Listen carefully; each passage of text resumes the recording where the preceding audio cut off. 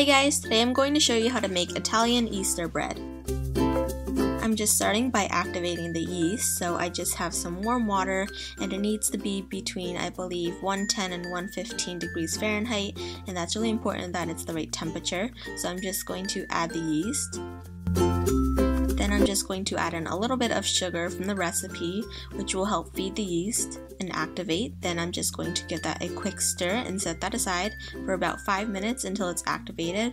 While that's happening, I just have some butter and milk, and then you're just going to want to put this in the microwave until the butter is melted and set that aside. And this is what the yeast looks like when it's activated. In a bowl, I'm just going to add in 3 eggs, as well as some sugar, and then just give that a quick stir. In my stand mixer, I'm also just going to add in the yeast and the milk and butter mixture, and make sure that it is not hot because you don't want to cook the eggs. I'm also just going to add in some orange zest and then give that a quick stir. I have some flour, and I'm also just going to add in a bit of salt. Then give that a quick stir. In my stand mixer, I just changed it to a dough hook, and I'm just going to add in all the flour.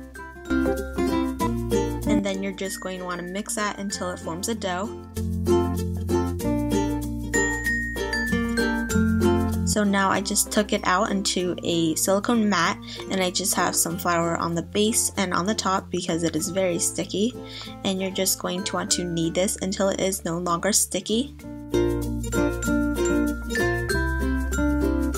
In a bowl, I'm just adding in some vegetable oil and using a brush to spread it on the bottom and side so that it does not stick to the dough. Then I'm just going to place the dough in and then just put some more vegetable oil on top. Then just use some saran wrap to wrap it, and you're going to want to let this rise in a warm room for about 2 hours or until it has doubled in size. Now that it's done, I'm just going to remove the dough and just add some flour. Then I'm just going to add some more flour on top again and just knead this a couple times. And I'm sorry, this is out of focus. Now I'm just going to cut the dough into 4 pieces. With each one, you're just going to want to roll them into logs, and each one should be approximately the same size. Now I'm just going to take 2 of the rolled pieces, and on one end you're going to want to pinch them together, and then you're just going to lightly twist them together. Then just make it into a circle. And I decided to put the egg in the center, and as you can see, I dyed it, and if you want to see how to do this, I will put a link in the description box below. And it was a bit too long, so I'm just cutting a little bit off of it. So I'm just going to put the egg back in the center and just resize it, and then just pinch together the ends. Then you're going to want to let this rise again for about an hour. So this is what it looks like. I made another green one, as you can see, and also a mini one in the back. When it was done rising, I just have some egg wash, so I'm just going to put that on the surface. I'm also just going to add some sprinkles on top.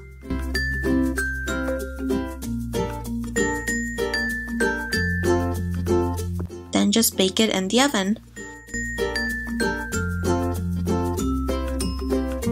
So this is what it looks like. As you can see, the egg in the middle kind of got messed up with the food coloring, but I still think it looks cool in some way.